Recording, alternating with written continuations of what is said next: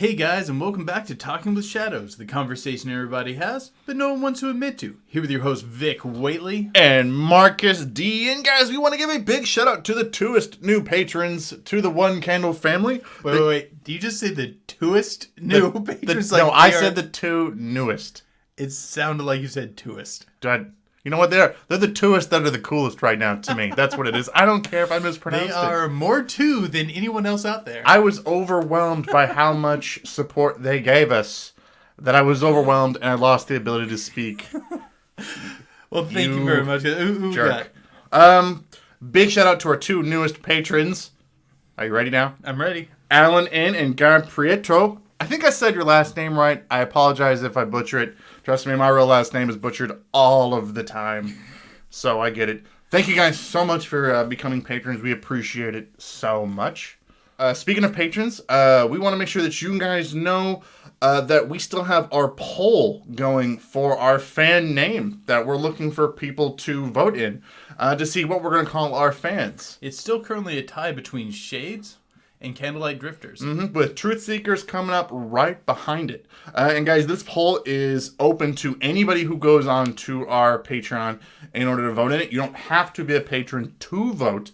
You just have to have an account with Patreon in order to vote in it. But being a patron doesn't hurt. No, it doesn't. But it's still free just to make an account if you guys want to go on and vote on there. Big news. Before we get to the news, we need to tell everybody what we're going to be drinking today. Okay. Today, we are busting into one of my favorite drinks of all time. It is a pear cider called Recorderlig, and they are stupid good. I was with Vic when he found this here in Evansville, and he lost his mind. Well, you couldn't get it in the United States for a really long time, and importing was really expensive. So he is, he talked this up a lot, so we're going to see how this goes. Here's to you guys. Absolutely. All right, cheers to you guys. Oh man, that is so good. Actually, that is pretty good. I normally make a sour face and just go, and then complain about it. This is actually pretty good. Okay, if you guys have a chance, grab some Recorderlig. You will not regret it. It is a delicious pear cider. Was it, I thought... was it pear was the flavor that you hated of alcohol? No, it was the peach. No, peach. It was peach. I don't like peach. Peach. I love pear flavored things. Okay, this is actually pretty good. Yeah. And guys, we're going to dedicate this episode to all of our listeners in Pennsylvania. I was checking out the analytics and stuff for our podcast, and we found out we had a large number of listeners, surprisingly, out of Pennsylvania. So I said, hey, why don't we do some cryptids from Pennsylvania? Absolutely. So this episode is for you guys. So we're going to get into the comments. We're going to get into the comments from our last episode where we did the story of the Travis Walton UFO incident, one of the biggest UFO abduction stories that's out there.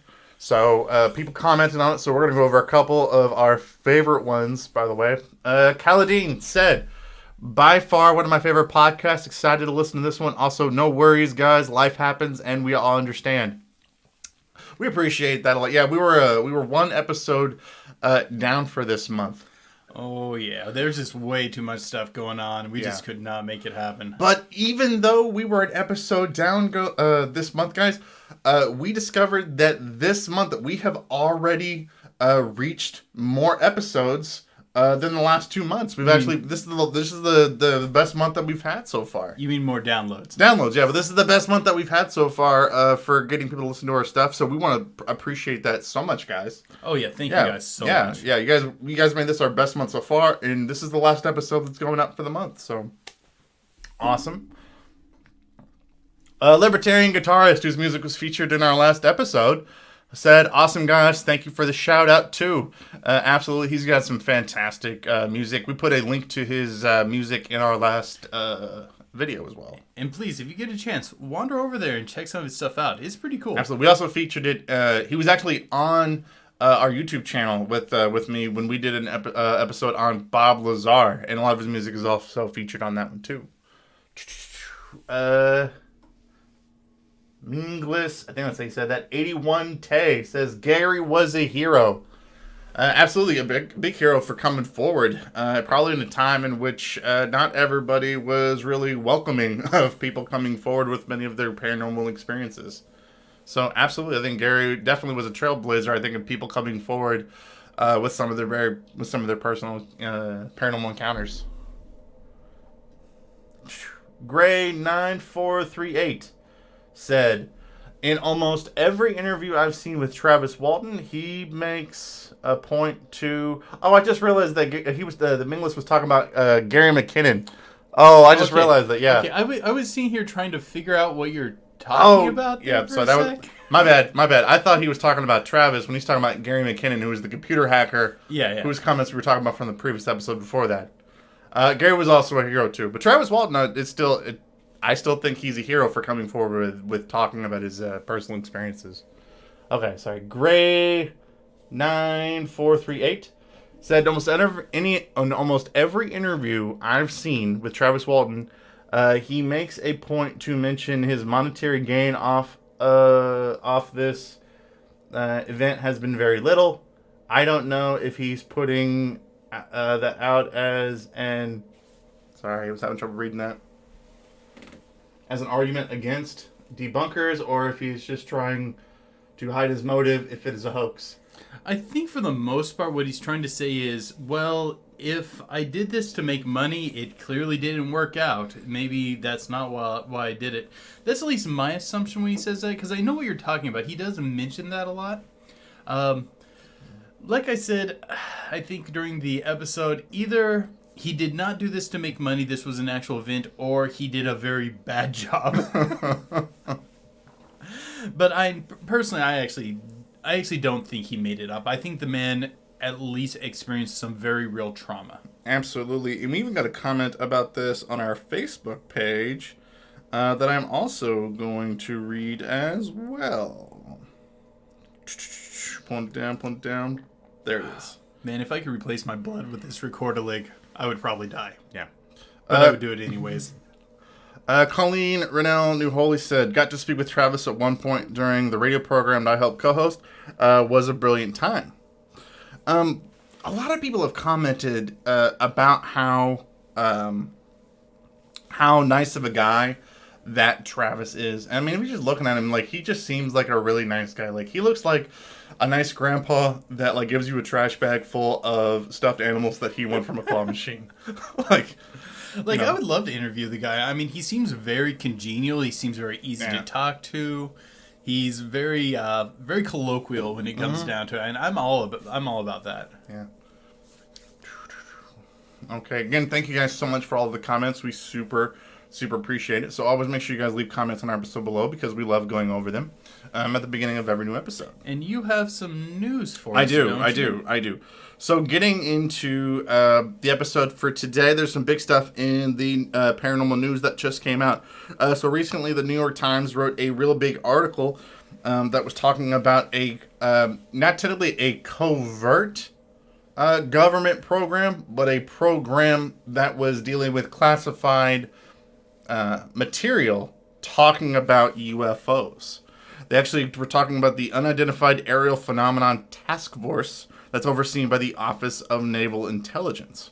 That's a mouthful. I know that was a mouthful. I had to write that down so that I would be able to say that. I'm like, I tried memorizing that, but that was not an easy thing to memorize.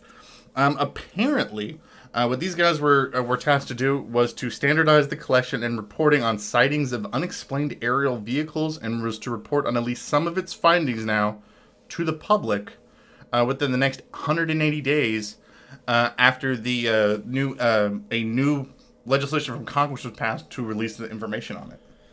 Do you think they're going to drag their feet and make it take the whole time? Probably. I mean, a lot. So most government officials, when they're commenting, when they were commenting on it, like Harry Reid, who's a former senator from Nevada, and Marco Rubio, both of them were talking about that a lot of what these guys what they do is they go out and they investigate this aerial phenomenon because they think that it could be a foreign country, like coming up with some sort of like foreign aircraft that could be like spying on us, or maybe they've developed some new technology, and they're trying to identify it. But at the same time, people that have come forward that have been part of the project, such as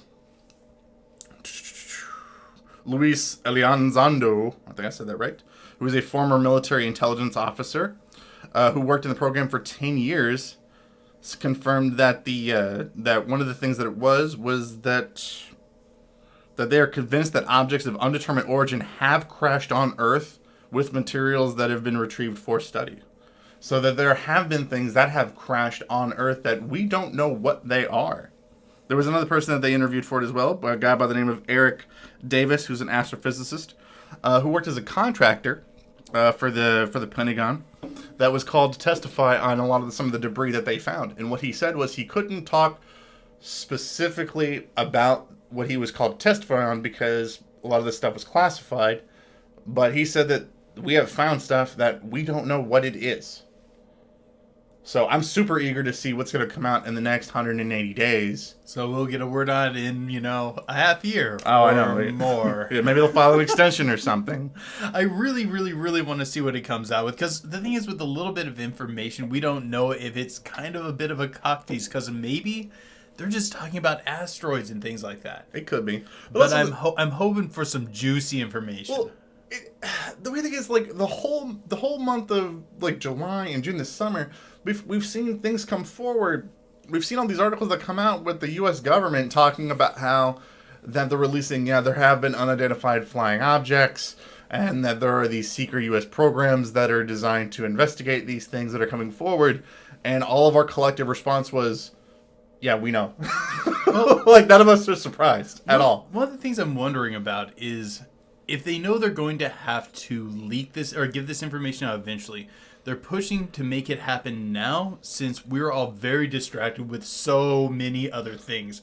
Because you got to admit, guys, this is a turbulent time right now. No matter what position you have, things are kind of rough. And I could see them being like, if we're going to have to put this out, let's do it now because no one's going to pay attention. No. We all know that 2020 has been a massive dumpster fire. Oh, yeah. Okay. I'm calling it now. August is aliens. I am calling it now. They're just getting us ready for full disclosure. August, you mark my words, 2020, August 2020 is going to be aliens. I'm about getting this information, though. Yeah. I'm looking forward to this. Or maybe they're just, maybe since we've always talked about aliens, or it's not in our best interest if they come here. Maybe they're just saving it for like the finale in December. I don't know. Oh man, I am not up for. After the year we've had, I am not ready for an alien invasion. We need to push that stuff back. It's been just too much, guys. Too much. Dial back on the catastrophes. All right. So I think. Watch out, guys. 2020's coming. It's coming. It's not done yet. No. But we're dedicated to just bringing to you guys as much paranormal content as we can until the aliens come and slave us all. Oh yeah, like when we initially said we're just going to start doing the podcast every week to give you guys some entertainment during the coronavirus thing, we thought this would be a month. And here we are in July, still dedicated to it. Truthfully, I'm kind of glad we did, because I kind of like the weekly format. What do you think? I do too. I'm hoping at this point, if we all get rounded up and get put into FEMA camps, that me and you end up in the same FEMA camp, and that way we can still put out our podcast. Like, coming to you live from the Target FEMA camp. It's Talking with Shadows. Oh God. Okay. Let's get into what we're talking about. We got off track a little bit. So I thought, guys, today that we could talk about something from Pennsylvania, like get into some Pennsylvania cryptids. And fun fact for this, Vic really wanted to do these Pennsylvania cryptids, and I started researching it immediately, trying to come up with some ideas. And he goes, no, I'll come up with some ideas for you. 4 days later, like a day before we were going to start to record, he's like, oh, let's do these instead. And I'm like, really? Like, you waited this long to tell me? Oh, come on. Well, the thing is, you just pulled 4 off the top of your hat. The thing is, you didn't do any digging to make sure we could talk about them or how much there was to the story. Fun fact, I pulled half the list of what he wanted to talk about today when I was coming up with them. He doesn't remember this, but I literally said half of the list he came up with me. You did guess half the list because you just popped up a list of Pennsylvania cryptids and started listing off names. I did. And yeah, because of what I thought you would be interested, and then you came up with what you wanted to do, and this is what it is. But at the same time, I also checked to make sure there's enough information for it to be interesting. Yeah, but we like delving into the weird stuff that people don't know about. Yeah, and I think we have 4 really obscure ones researched. I don't know how many we're going to get to go through today, yeah. But all these are, I'd almost guarantee, unless you guys are from these areas, you're unlikely to know about any of these. Yeah, so the first one that we're going to talk about is the Butler Gargoyle, which on the surface, if you just search it initially, looks like there's not a lot you can talk about this cryptid. And that's not true. A lot of times, guys, when you're like surfing stuff in the paranormal, and it doesn't look initially like on Cryptid Wiki or stuff like that there's a whole lot on it. You can dig a little deeper, and you start finding this treasure trove of nuggets, and you start finding all of this weird stuff about it, like we came to find when we were investigating the Butler Gargoyle. Like going on YouTube, which is where I like to start a lot of my investigations, because I like to see what are people talking about now. There was one video, and it's a minute and 13 seconds long. I actually didn't check YouTube on this one. That's weird for me. Yeah, I did. Look, there's just one. And it's pretty much just somebody just reading off the Cryptid Wiki. Like, essentially, like, about it, like, giving a general description and where it's from. Yeah, after doing some research on these, I didn't even check YouTube because I'm like, I really don't think YouTube's going to have anything about any of these guys. But okay. Let's get into the Butler Gargoyle. Okay. So, at first glance, the Butler Gargoyle at first glance gains its popularity in between 1993 and March 2011. Okay, and March 2011 is kind of when it first takes off, and I think that's when the big story that most people know about it first gets reported. There's a researcher by the name of Stan Gordon, who is a researcher out of Pennsylvania. Which if you guys have never heard of this guy, go over to his website, because he does a ton of stuff on UFOs as well as cryptids in the Pennsylvania area. He does, and he gets the initial report that most people are familiar with when it comes to the Butler Gargoyle. A man reaches out to him that said that he was driving, and I'm going to read it for you because it's a really cool story. It was on March 18th, 2011. The incident occurs on a rural road in Butler County between Chicora and East Brady, which, if you don't know where that area is of Pennsylvania, it's kind of like northwest, like mid-northwest of the Pennsylvania area. And a businessman was passing through the area and said that as he was driving down the road, when he observed something on the right side of the road in a grassy area. And at first what he saw was a deer. And he stepped out on the gas to get closer to get a better view of it. And he said he got about 50 yards from the creature. And when he observed it, it was hunched down, and then it stood up. The first thing he describes that is he noticed that it was a very muscular creature. And the creature never looked at him, so he had a hard time gauging exactly what the front of his face looked like. But he said that the physical description of it is that the head, the face was flat, but that the head was pointed towards the back, and it's kind of pointed towards the back, kind of like with those power walkers. Or think about like if you're watching like the Tour de France, those really fancy bike helmets they have sometimes, where it kind of trails off long and has an almost almond shape to the top part. Mm-hmm. That's how I envision what he's describing. Yeah, and it's kind of either like, I'm thinking I don't know if it was either gray or it was kind of brownish, but you can tell that the thing had pointed ears. It had extremely muscular legs, and that they looked like they kind of bent backwards. And I think I know what they're saying when they say they think the leg bends backwards. I don't think they're saying like it's like an ostrich leg. I think they're saying the leg is highly digitated.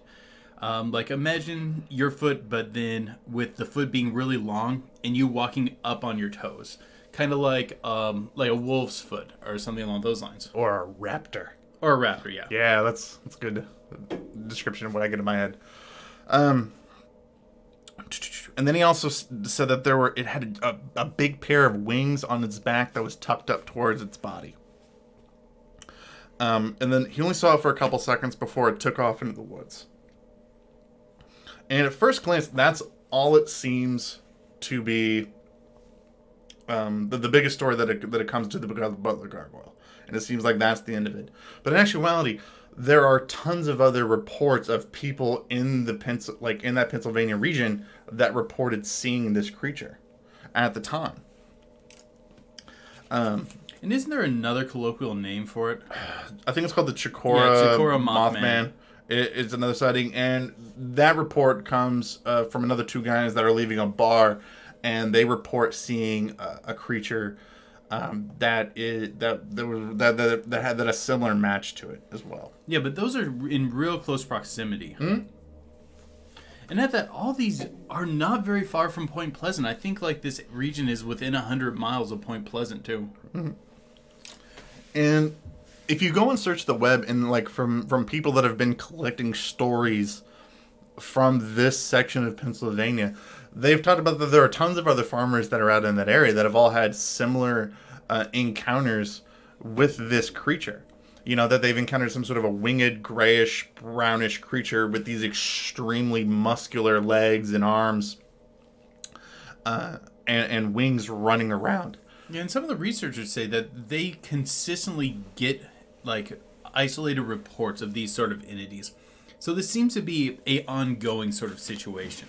And what makes the Butler Gargoyle different than most other winged humanoid stories, first for me that I caught, is I noticed that there is no story that I've seen of the Butler Gargoyle of it flying.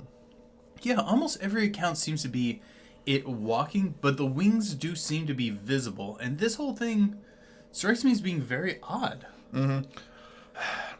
And another thing, too, that it says is that they...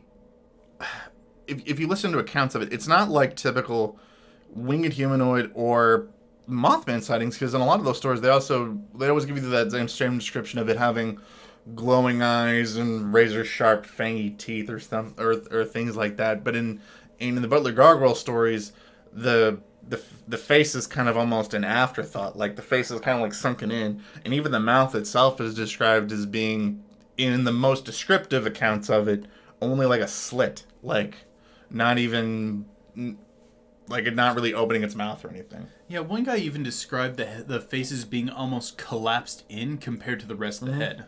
Which, to me, I would take that to mean the face is very flat. Yeah. I don't think he actually means the face is concave. Yeah, when I'm thinking of when I'm picturing in my head of what these things look like, I'm almost getting like the vampires from the Priest movie, which is a terrible movie. Good comic, terrible movie. But like if they don't open their mouths and they have wings, like they're grayish and they just crawl around on the ground. I kind of get the image of like the vampires from Skyrim, because remember they had that weird shaped head. Yeah, that's true. I don't think they fly either. They kind of float sometimes. But another thing that I thought was odd is there's a real heavy consistency on certain physical aspects of this thing reported. In one, you've already hit, that they have extremely muscular legs, and that is just a very consistent thing reported. The other thing being the claws. The claws seem to really stick out to people as them having these long, jagged claws. Like, an issue that I've always had with flying humanoids is always like the ability that they can fly, because it's not like, again, it's always like, could something that size legit fly with the wing size that it has? Like, could that body shape actually fly? And if you look at stories of the Butler Gargoyle, they're all like super muscular, which seems to be not, how birds tend to be and things like because muscle weighs more than fat, so it's going to be even heavier than a typical flying humanoid, which would make it even harder for it to fly. Beyond that, in almost every flying humanoid account, the wings are just simply not feasibly big enough to allow for flight. Fortunately, that's not the situation. Truthfully, there's nothing about these entities that makes me think there's any plausibility of them being a biological creature. Unless people are dramatically misreporting what they're seeing, I think there's about a zero possibility of these things being legitimate, following the normal rules of Earth biology. Unless again, what I think is I don't think that the wings. I think it's actually a flightless creature. I think that this could actually be something that's a flightless creature, kind of like an ostrich. Okay, you've got my attention. Okay, because if you think about think of like an ostrich. Ostriches can't fly, and they have insanely powerful legs. I mean, they are straight steroid ripped looking muscular legs that one kick could kill a lion. Like, they will wreck your day. Like, they have to have those muscular legs because they're always on the ground running and moving. Now, they don't have like arms or claws or anything like that, but to me... Well, the thing is, they don't need them. Their kicks are so powerful, they can defend themselves. Right. But that's why I think maybe this thing is so muscular, is because it's a ground creature. So are you thinking like the wings are vestigial? I'm going to go with that. I think I know what you mean by that and say, yes, I think they are irrelevant. They are irrelevant. They are like penguin wings. They are for show. Oh, no. Penguins use their wings. Sorry, they're like ostrich wings. They're for show. Ostriches use their wings for defense, intimidation, and mating. We don't know what they're for. Vestigial basically means that it's kind of a relic. Like, whales still have, like, these tiny little legs kind of in their body sort of thing going on. If I recall correctly, I'm not a whale biologist.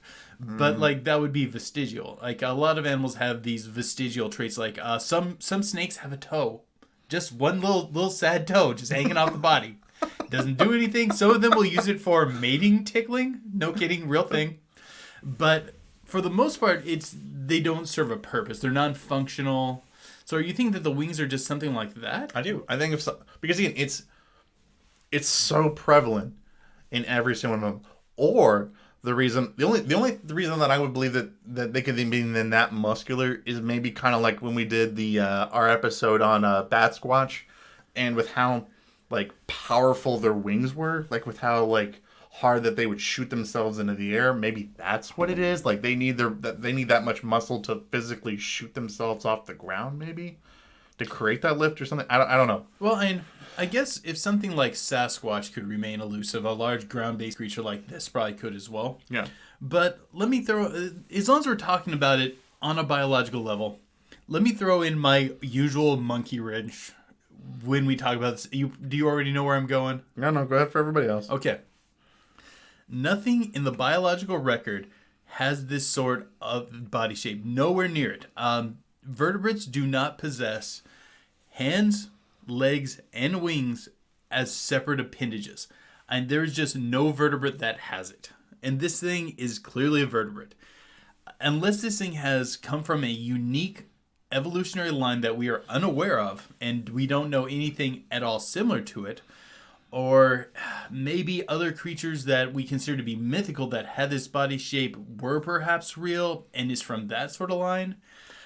I'm not saying it's not real. I just don't think it's biological. And again, I know at first it seems like we're going off of just the original guy's story, but these stories, guys, go back to the 70s. Like I'll even pull you guys in a story that came back from all the way back to 1968 in Beaver County, Pennsylvania, which is like, I think the county either directly to the left of it or to Butler County, or it's one after that. But it's close enough to where it's like relevant, I think. Where was two guys were coming down Route 65 at about 1:30 in the morning when they saw a 7-foot winged creature just sitting in the middle of the divided highway. And as they were going by it, like lifted its wing up to shield it from, I think, the dust that they were kicking up as they were driving down the road. So I mean, it's just, these are just how all of these stories go. Is just people in this rural part of Pennsylvania are just encountering these things like that.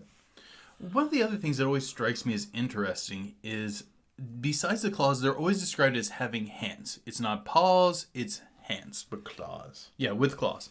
And when people describe it walking, they don't describe it lurching. And they'll talk about it being X feet tall. And there's even accounts where it's walked by signs and they've gone back and measured the sign. And they're like, we know that the sign was X feet tall. This was slightly taller than it. Mm-hmm. So this sounds very primate to me.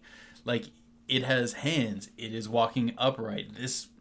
If we're talking about this on a biological level, it would have to be fairly closely related to humans. I don't know. I think you could make an argument, I think, for it being almost lizardy like too, because again, it has kind of that, including the wing, that raptor-esque body where it's got like hands with claws and stuff on it when it's running bipedally and stuff like that too. Well, I guess I don't know for a fact they're talking about grasping hands, because no one's been able to get a real good look at the hands. But at the same time, we're talking about an upright posture. That's not something that you see in reptiles. It's pretty much exclusive to primates, to the best of my knowledge. I might be wrong, but I think that's exclusive to primates. Well, didn't a lot of lizards evolve into more like modern birds, they think? Yeah, but those are birds, not primates. Well, yeah, but I mean, like, but if you saw something that evolved kind of like on that line, you could see something kind of like a raptor-esque creature evolving to that. I don't know. I'm way outside my element talking with Vic on this biology stuff. I don't know. I mean, I know, but I would be surprised if we're talking seriously about it. Yeah, raptors did have these sort of feathers they're pretty sure of, and they could have been very thin, flaky, and kind of given the appearance of fur, kind of like. Have you ever touched a peacock feather? Mm-hmm. And you know how, like, when you get up and look close, like all the plumes are just like each its own individual hair coming off, making the pattern. Mm-hmm. It could have something like that going on, and it'd be like more of a proto feather appearing like fur. But at the same time, I don't think this is very likely. Because in Pennsylvania, even in that area, they also have, just like they do everywhere else out in rural areas, where they found, like, mutilated cows and wildlife and stuff like that have. I think the reason why these things are so muscular is they're probably on a high protein diet. They would need to be. I mean, if you think think about that, it has these claws and stuff, and it's running around and it's eating all these cows, pigs, and chickens that are out in rural Pennsylvania. It's probably like a buffet for them out there. Okay, I want to pull from the biological for a little bit. Okay. I do not believe that this is a biological creature, perhaps a supernatural one.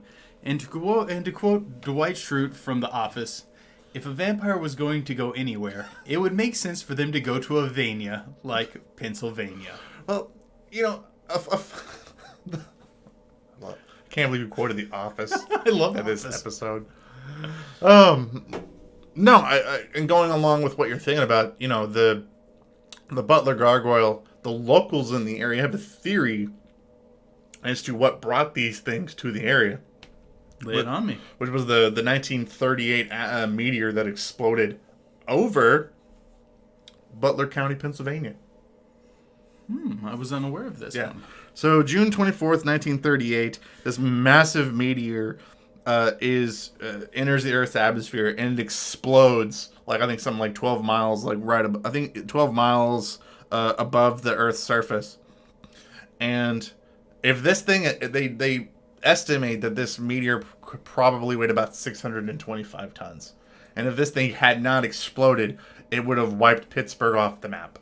Probably this whole big chunk too, because it was a big thing. But it explodes in this huge fireball above the city of above Butler County at the time. And many of the locals believe that the Butler Gargoyles come from that meteor.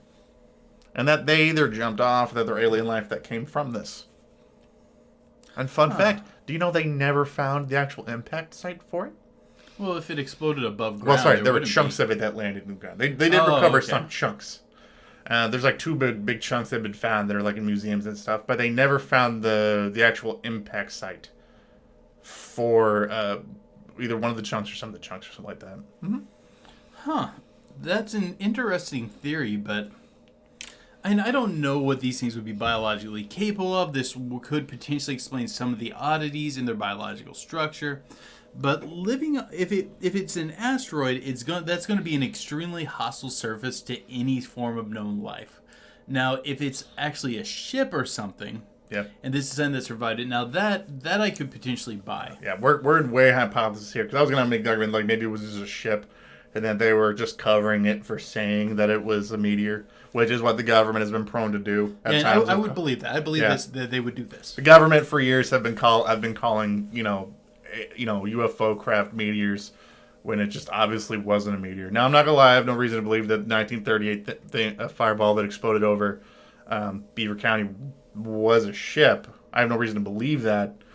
But again, if it was, I would totally believe that's how they would cover it up. What if I told you there's something in folklore that fits this fairly closely?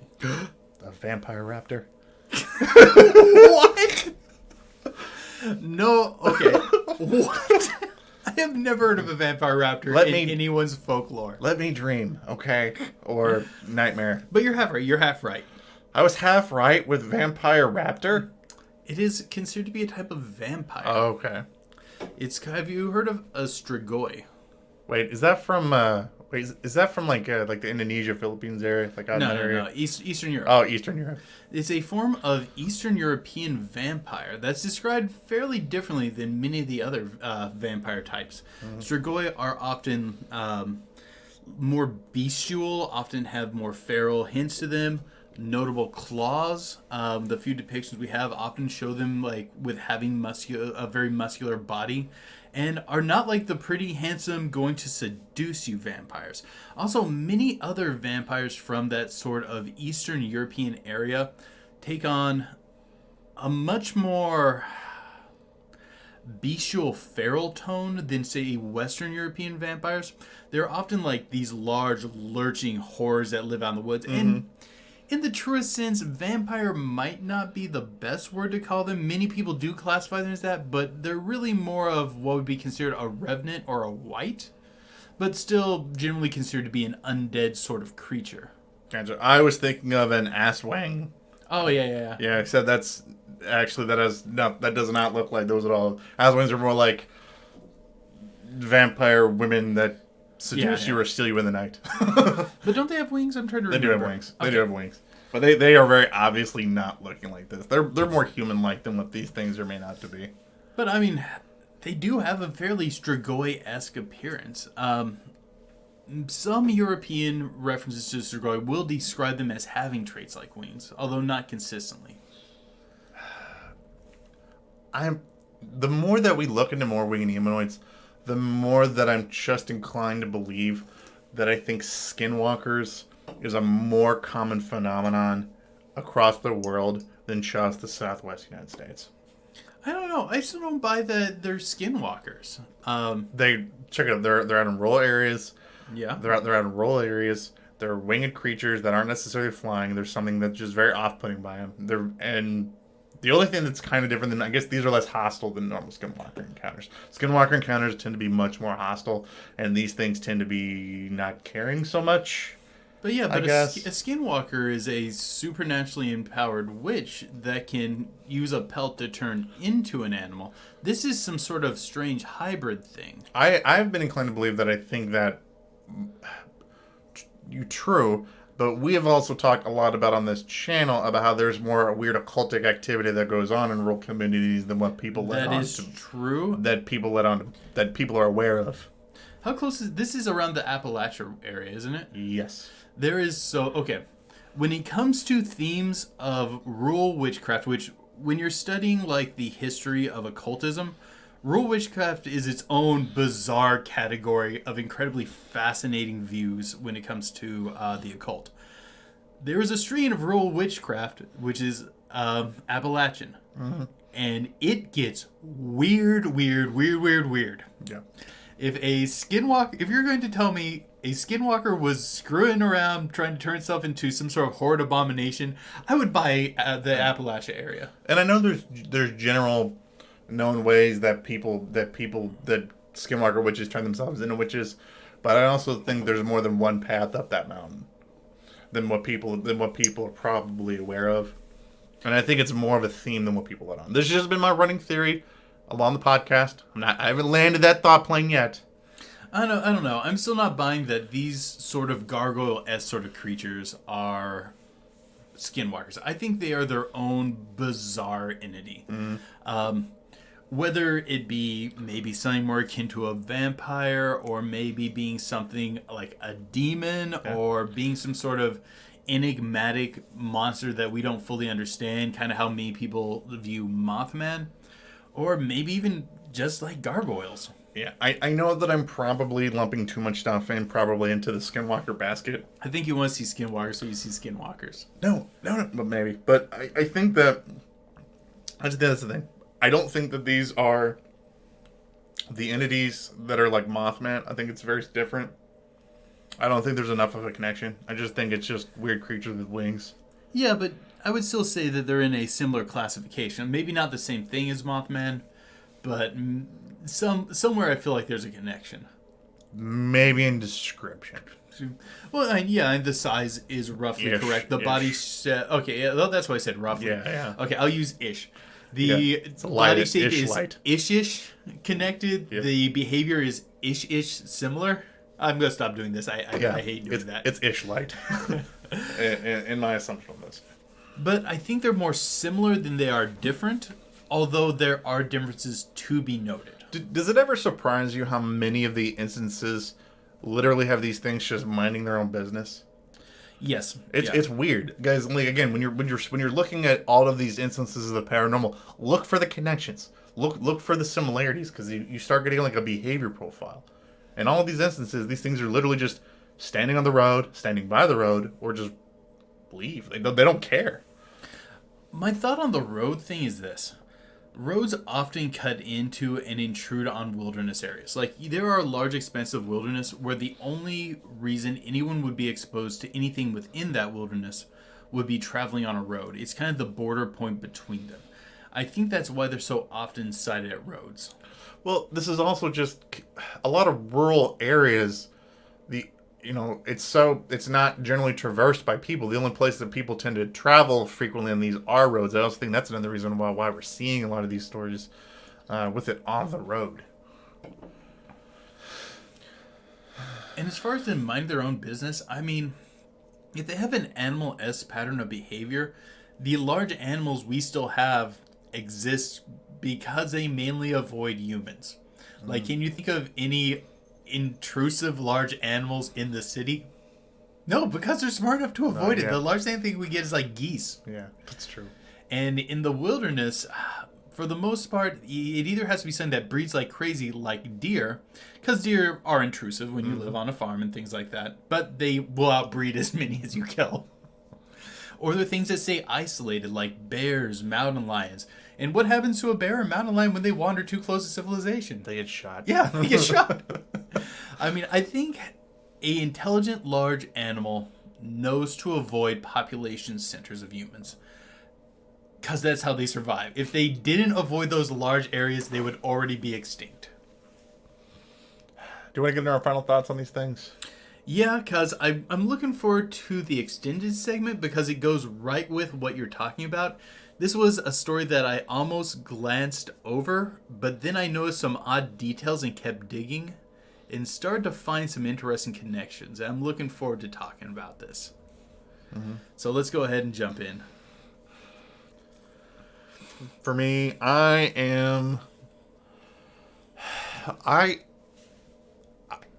always get stuck on this whole weird thing of how come we have if there's so many people that see them, but we don't have like bodies. What's the reason for that? And is that it has to be able to hide somewhere, and maybe it's just hiding somewhere in plain sight. I think the more that we've done this podcast, we have found that there are similarities across cultures, and in many of these cultures, there are people that have the ability to turn into these weird, winged monster-esque creatures at one point or another, and then turn back into regular people. And I think that might actually explain why we're not finding the bodies of these things. So you're thinking it's some form of shapeshifting? Yep, I do. I could buy that as a possibility. Mm-hmm. I could never explain it as a biological function, but I would assume it's rooted in the supernatural. Mm-hmm. But interesting. My thoughts are this. We've talked a lot about various flying humanoids, and although this one hasn't been seen flying, it does have wings, so I'm going to lump it in there with them. I think these things are real. I think there's too much consistency in the reports, from the NASA Gargoyle to Mothman to Bat Squatch. I think these things are real. I don't think that they are biological entities. I think these are some sort of supernatural, extra-dimensional, or extraterrestrial entity. They just do not close enough follow the laws of biology as we understand them. Even if we're going to assume they were an ancient creature, there's still nothing we know of in the paleological record that would justify these things biologically existing. It's just not in the toolbox of biological life on planet Earth as we understand it right now. So if it's not native, maybe they're extraterrestrial, maybe that was a ship, maybe they've just been surviving out in the wilderness this whole time, or maybe they were pets or something. I think more likely it's either supernatural or extra-dimensional, that these things either pop in from some sort of border dimension that somehow a gate opens up to through one of these window zones, and they get caught out from time to time. Or it's something supernatural, like what you were saying, involving shape-shifting, or it being something like a strigoi, or some of the many other folkloric creatures that match a general description to this. But I'll leave that for you guys to discuss further in the comments below. Absolutely. Make sure you guys put your comments on what you guys think about this and what you guys think. Also, again, guys, we're going to remind you, don't forget to go over to our Patreon and vote on the name of our fan base. We really, really want to make sure we get everybody's input on what you guys want us to name you guys. And so, until next time, guys, keep believing. Because we'll keep listening. Now, all right, guys, we're going to move into our what we call the pillow talk section of the podcast. This is generally for patrons only. We'll talk for a little while, then the music kind of trails in. If you guys want to check out the rest of this podcast, just go over to our Patreon and sign up to become a patron today, so you guys get the rest of this awesome episode. Today, we're going to be looking at some more Pennsylvania cryptids. Okay, guys, prepare for it to get a little slimy in here. I want to leave. You can't. You better keep your pants on. I'm not even promises, kidding. No promises. I'm watching you. Okay. I went down a very strange rabbit hole when researching this. I came across a myth of a creature called a mono-angi. It is reported to be in the... It's named after the kind of... How are you going to... What Okay, kind of spelling bee bonus question name is this? Okay, guys, we had to pause the video for a sec because I couldn't figure out how to say the river name. Monongahela River? Okay, if any of you guys are local enough to that area to know how to say this river, please let us know, because it is a very... How do you get a river name like that in the middle?